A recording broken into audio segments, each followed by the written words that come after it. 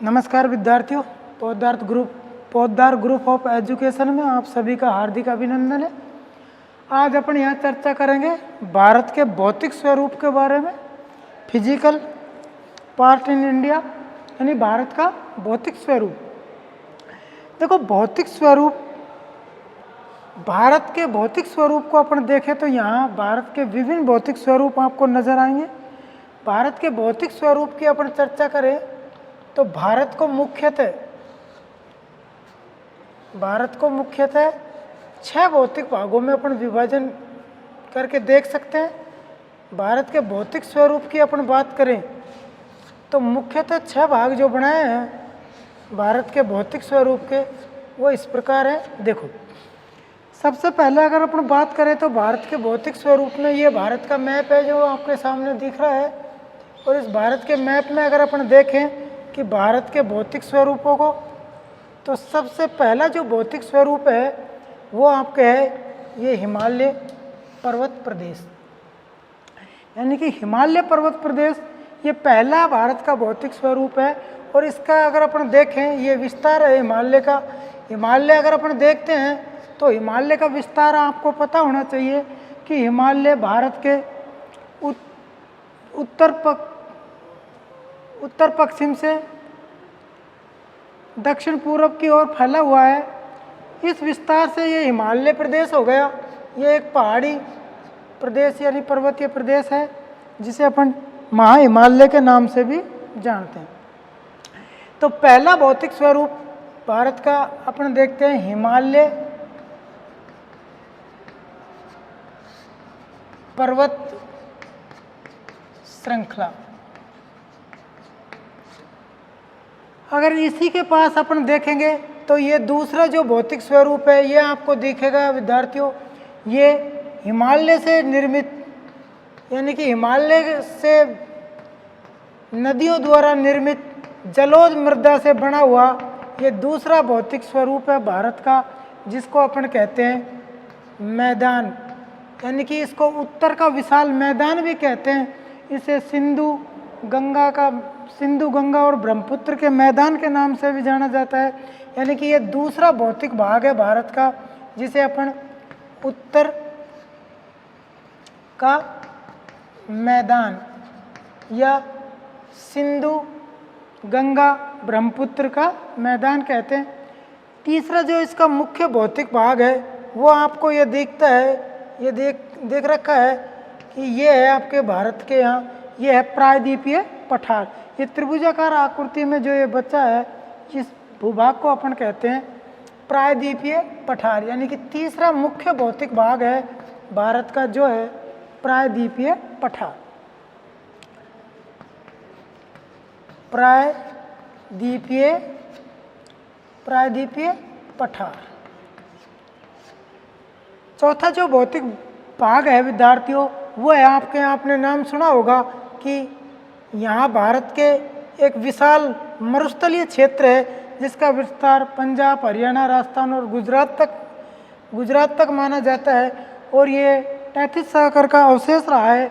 और ये चौथा जो मरुस्थलीय भूमि है इसे अपन कहते हैं थार का मरुस्थल। यानी कि भारत के उत्तर पश्चिमी भाग में ये मरुस्थल का विस्तार है जिसे अपन थार का मरुस्थल कहते हैं, या इसे ये हो गया थार का मरुस्थल। नेक्स्ट जो आपने देखा है कि भारत के तट के पास ही, ये तट के समांतर अगर अपन देखते हैं तो ये तट के पास ये एक मैदानी भाग है जिसे अपन तटवर्ती मैदान कहते हैं। ये पांचवा जो आपके प्रायद्वीपीय पठार है इसके पास स्थित और समुद्र के तट पर स्थित इस मैदानी भाग को अपन तटीय मैदान कहते हैं। यानी कि ये हो गया आपके 5वां तटीय मैदान। ये 5 भौतिक भाग हो गए भारत के जो आपको दिख रहे हैं। पहला हिमालय पर्वत प्रदेश, दूसरा उत्तर का मैदान, तीसरा प्रायद्वीपीय पठार, चौथा थार का मरुस्थल और 5वां विद्यार्थियों ये तटीय मैदान। अगर अपन छठे भाग की बात करें तो आपको ये अरब सागर में लक्षद्वीप और ये आपके बंगाल की खाड़ी में अंडमान निकोबार द्वीप समूह के बारे में आपने सुना होगा। तो ये जो छठा भाग है भारत के भौतिक स्वरूप का, वो है आपके द्वीप समूह। द्वीप समूह यानी कि ये 6 भौतिक भाग हो गए भारत के भौतिक स्वरूप के। यानी कि भारत को अपन 6 मुख्यतः भौतिक भागों में विभाजित कर सकते हैं। और इन 6 भागों को आपने यहाँ देखा है कि पहला हिमालय, दूसरा मैदान, तीसरा प्रायद्वीपीय पठार, चौथा थार का मरुस्थल, पांचवा ये समुद्र तटीय मैदान या तटीय मैदान, और छठा ये द्वीप समूह। इन भौतिक भागों में अपन भारत को देख सकते हैं। तो विद्यार्थियों समझना ये है अब आपको कि ये भौतिक भाग भारत के इस भूपटल पर किस प्रकार आए, कैसे कैसे बने, यानी कि ये भौतिक स्वरूप बनते कैसे हैं, इस बारे में अपन यहाँ पढ़ेंगे या देखेंगे। देखो हिमालय की अगर अपन बात करें तो हिमालय की उत्पत्ति कैसे हुई, कैसे बना हिमालय, तो आपने इसके बारे में प्लेट विवर्तनिक सिद्धांत को समझना होगा। प्लेट विवर्तनिक सिद्धांत आपको ये बताएगा कि हिमालय पर्वत की उत्पत्ति कैसे हुई या कैसे मानी जाती है। तो अपन यहाँ चर्चा करें कि हिमालय की उत्पत्ति किस तरह हुई। तो देखो विद्यार्थियों, ये भारतीय प्लेट है। ये जो भारत आपको दिख रहा है इसको अपन भारतीय प्लेट मान लेते हैं। भारतीय प्लेट यानी कि इंडियन प्लेट इसको मान लेते हैं। तो प्लेट विवर्तनिक सिद्धांत ये बताता है कि भारतीय प्लेट उत्तर की ओर क्या हो रही है, खिसक रही है या आगे बढ़ रही है। इस तरह भारतीय प्लेट का जो खिसकाव हो रहा है वो उत्तर की ओर हो रहा है। यानी कि ये भारतीय प्लेट है। और इधर ये अगर आप विद्यार्थियों देखोगे तो ये यहाँ आपके यूरेशियाई प्लेट है।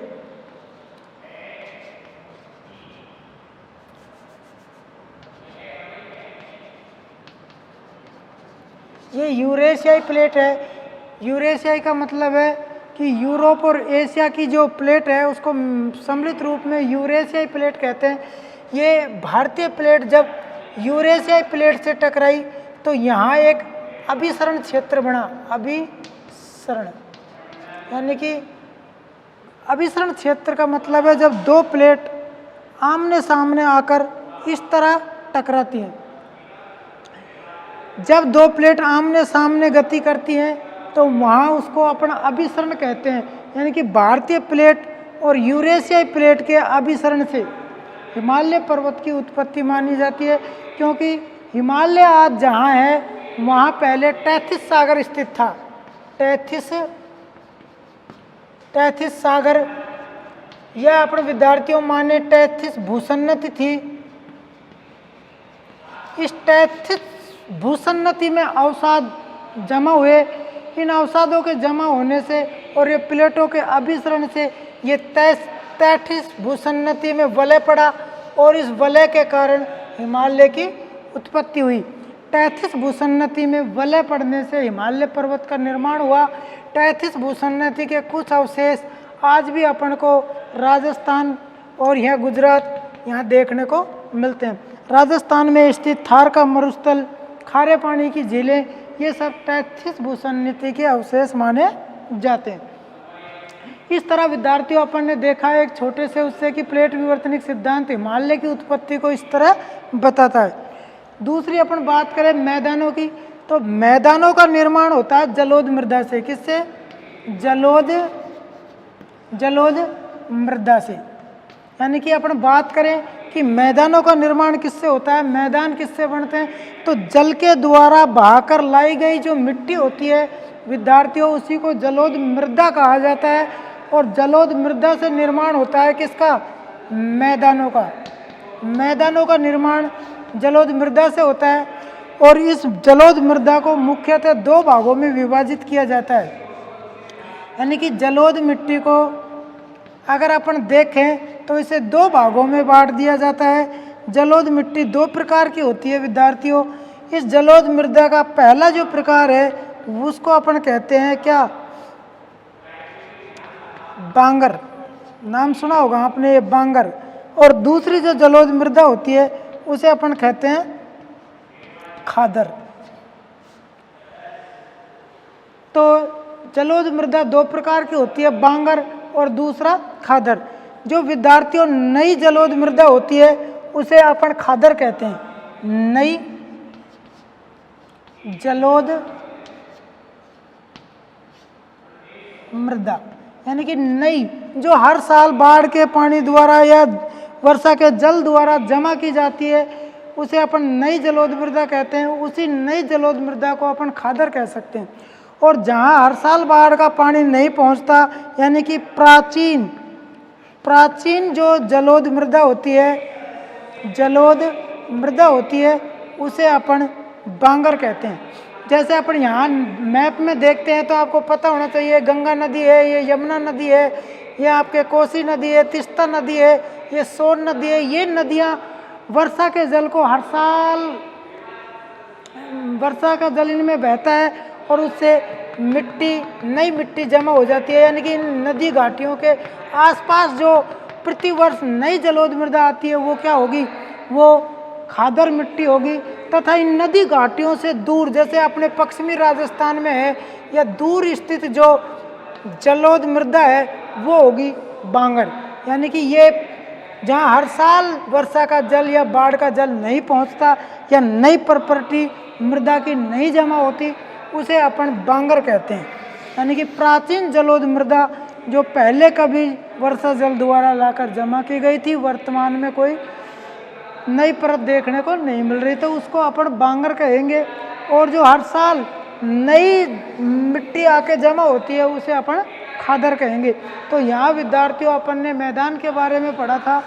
भारत का जो ये मैदान है, इसको उत्तर का मैदान या इसका नाम सिंधु गंगा या ब्रह्मपुत्र का मैदान भी इसको कहा जाता है। तो यहाँ अपन ने देखा है कि मैदान का निर्माण वर्षा के जल से बहाकर लाई गई जलोढ़ मृदा से होता है। अब अपन बात करेंगे विद्यार्थियों, ये जो आपके भारत के मैप में दिख रहा है प्रायद्वीपीय पठार के बारे में।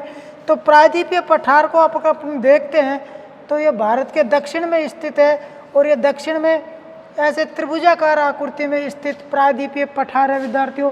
इस प्रायद्वीपीय पठार की इसकी उत्पत्ति ये प्राचीन भूखंड, आपने सुना होगा कि आरंभ में संपूर्ण पृथ्वी दो भूखंडों में विभक्त थी और इस दो भूखंडों में से जो स्थल भाग था उसको अपन नाम दिया पैंजिया।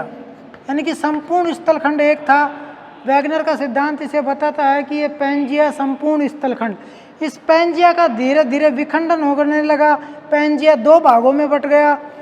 तो इसका पहला भाग था लॉरेशिया। पैंजिया दो भागों में बट गया। पहला भाग लॉरेशिया विद्यार्थियों, दूसरा भाग था गोंडवाना लैंड। तो विद्यार्थियों जो ये गोंडवाना लैंड है ये प्रायद्वीपीय भारत का भाग है।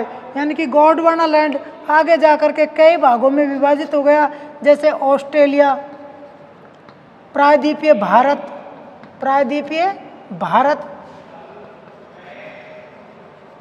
अफ्रीका में स्थित है जो आपके मेडागास्कर द्वीप, ये सब इसके गोंडवाना लैंड के अवशेष माने जाते हैं। कि यानी कि प्रायद्वीपीय भारत एक प्राचीन भूखंड है जिसका संबंध गोंडवाना लैंड से है, यानी कि पैंजिया से। तो यह प्राचीन भूभाग है जिसका संबंध है किससे, पैंजिया का जो भाग है गोंडवाना लैंड से इसका संबंध है। यानी कि अपन कह सकते हैं कि प्रायद्वीपीय भारत या पठार जो है वो एक प्राचीन पर्वतीय पठारी क्षेत्र है। अब इस प्रायद्वीपीय भारत से विद्यार्थियों अनेक नदियां निकलती हैं। जैसे अपन देखते हैं सबसे पहले नर्मदा नदी, फिर आपका अगर देखोगे तो ये आपके ताप्ती नदी, इधर ये आपके सोन नदी, ये महानदी, इधर आपके गोदावरी नदी, कृष्णा नदी, कावेरी नदी, पेरियार नदी, ये सब नदियों के द्वारा बहाकर लाई गई मृदा से ये इन तटवर्तीय मैदानों का निर्माण हुआ है। अगर अपन बात करें यानी कि तटीय मैदान, तो मैंने आपको पहले बताया था कि मैदान का निर्माण जलोढ़ मृदा से होता है, यानी कि नदी के द्वारा या वर्षा जल के द्वारा बहाकर लाई गई मिट्टी से मैदान बनते हैं। तो आप देखोगे कि ये तटवर्ती जो मैदान है, इन तटवर्ती मैदान है जो, यानी कि ये तो आपके हिंद महासागर का भाग हो गया, अरब सागर, और ये आपके बंगाल की खाड़ी, बंगाल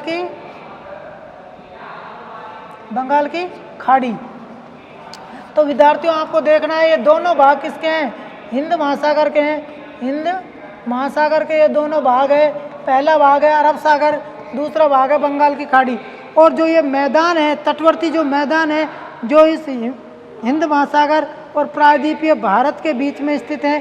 तो प्रायद्वीपीय पठार से जो निकलने वाली नदियां हैं, उनके द्वारा बहाकर लाई गई या जमा की गई जलोढ़ मृदा से इन तटीय मैदानों का निर्माण हुआ है। यानी कि ये तटीय मैदान है, वो इनका निर्माण नदियों के द्वारा बहाकर लाई गई जलोढ़ मृदा से हुआ है। अब अपन बात करें कि जो अपना छठा भाग था भौतिक भाग का, वो है आपके समुद्रीय या द्वीप समूह। आपके द्वीप समूह की बात करें तो देखो, अपने जो बंगाल की खाड़ी है, बंगाल की खाड़ी में जो स्थित द्वीप हैं, अंडमान निकोबार द्वीप है, या अंडमान निकोबार द्वीप समूहों का जो संबंध है वो विद्यार्थियों आपके हिमालय से है। इससे है हिमालय से, यानी कि हिमालय के ही अवशेष माने जाते हैं ये अंडमान निकोबार द्वीप समूह। ठीक है भाई। और जो ये आपके अरब सागर के द्वीप हैं, लक्षद्वीप वगैरह, इनका संबंध यानी कि समुद्र में स्थित पहाड़ी या कटकों से, यानी कि ये कटकीय द्वीप है, इनका संबंध हिमालय से माना जाता है। इस प्रकार यहाँ पर कह सकते हैं कि भारत के जो 6 भौतिक भाग हैं उनका संबंध इस प्रकार है, या इन भौतिक प्रदेशों की उत्पत्ति इस प्रकार हुई है। यानी कि पठार की उत्पत्ति कैसे हुई है, पर्वत की उत्पत्ति कैसे हुई है, मैदान की कैसे हुई है, तटीय क्षेत्र कैसे बने। तो यहाँ अपन ने देखा है भारत का भौतिक स्वरूप। तो विद्यार्थियों, भारत के भौतिक स्वरूप को इन 6 भागों में विभाजित किया गया है। हिमालय पर्वत, उत्तर का मैदान, प्रायद्वीपीय पठार, थार का मरुस्थल, तटीय मैदान और द्वीप समूह में विभाजित किया गया है। अब अपन बात करते हैं सबसे पहले हिमालय पर्वत की। देखो विद्यार्थियों, हिमालय की उत्पत्ति 33 भूसन्नति से मानी जाती है। इस बात को मैंने आपको पहले ही बताया, क्लियर किया है कि 33 भूसन्नति में अवसाद जमा होते गए और भारतीय प्लेट और यूरेशियाई प्लेट के अभिसरण से हिमालय की उत्पत्ति हुई है। देखो विद्यार्थियों, ये आपके भारत का मैप है, आपके सामने ये भारत का मैप है। और ये भारत के मैप में अगर अपन देखते हैं तो यह आपके हिमालय इस प्रकार फैला हुआ है। ठीक है भाई।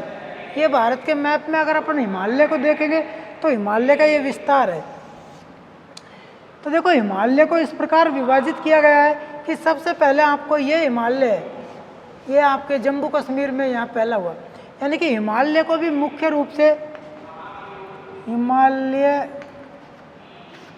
पर्वत, ये हिमालय पर्वत जो श्रृंखला है, इसको विद्यार्थियों मुख्यतः 4 भागों में बांटा गया है। सबसे पहले ट्रांस हिमालय, यानी कि पहला जो हिमालय का भाग है उसको अपन ट्रांस हिमालय भी कह सकते हैं। ये ट्रांस हिमालय विद्यार्थियों यहाँ आपके लद्दाख क्षेत्र में फैला हुआ है। यानी कि लद्दाख, लेह लद्दाख यहाँ से अपना संबंध है, तो वो हो गया आपके ट्रांस हिमालय से। दूसरा आपके विद्यार्थियों जो है आपके महान या वृहद हिमालय। इस ट्रांस हिमालय के दक्षिण में उत्तर पश्चिम से पूरब की ओर ये पहला, इसे अपन महाहिमालय कहते हैं। महाहिमालय का विस्तार इस प्रकार है। ठीक है भाई। तीसरा है आपके, वो है आपके लघु हिमालय।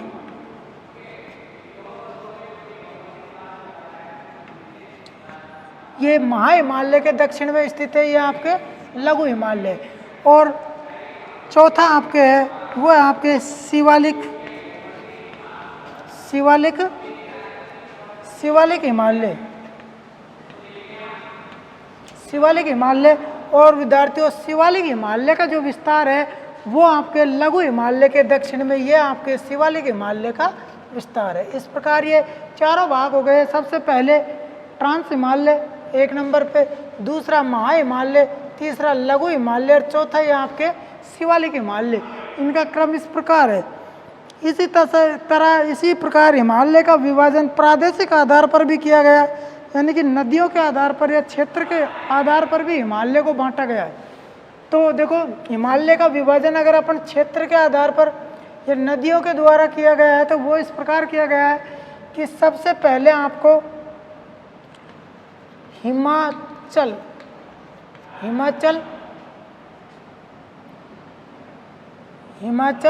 हिमालय, इसकी लंबाई विद्यार्थियों 560 किलोमीटर है और इसका विस्तार अपन देखें तो ये ऐसे है।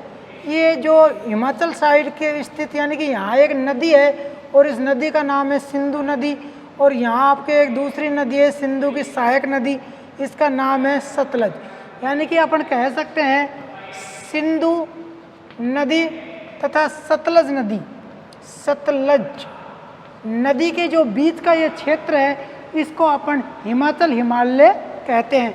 इसकी अगर लंबाई देखें तो वो 560 किलोमीटर मानी जाती है। ये सिंधु नदी से लेकर सतलज नदी तक ये जो हिमालयी क्षेत्र है इसको विद्यार्थियों अपन कहेंगे हिमाचल हिमालय। सतलज नदी से, और यहाँ एक नदी है जिसका नाम है, गंगा की सहायक नदी है जिसका नाम है काली नदी। सतलज और काली नदी के मध्य जो हिमालयी भाग है ये विद्यार्थियों इसको अपन कहते हैं कुमायूं हिमालय। इसका नाम है कुमायूं हिमालय। यानी कि कुमायूं हिमालय का जो विस्तार है विद्यार्थियों वो विस्तार है आपके सतलज नदी से आरंभ होता है और यहाँ एक गंगा की सहायक नदी है जिसका नाम मैंने बताया काली नदी। इसकी जो लंबाई है वो 320 किलोमीटर है। ठीक है। फिर काली नदी से यहाँ बंगाल में एक नदी जाकर मिलती है गंगा में जिसका नाम है तिस्ता, यानी कि तिस्ता नदी। काली नदी से और विद्यार्थियों तिस्ता नदी के बीच का जो ये हिमालय है इस हिमालय को अपन कहते हैं नेपाल हिमालय। इसका नाम है नेपाल हिमालय।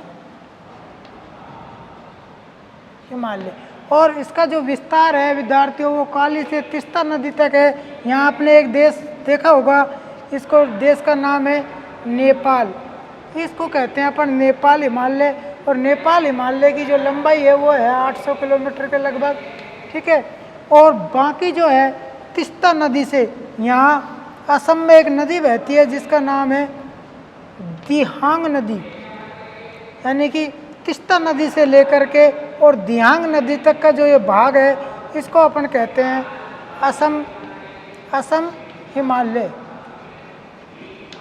इसकी लंबाई 720 किलोमीटर मानी जाती है विद्यार्थियों।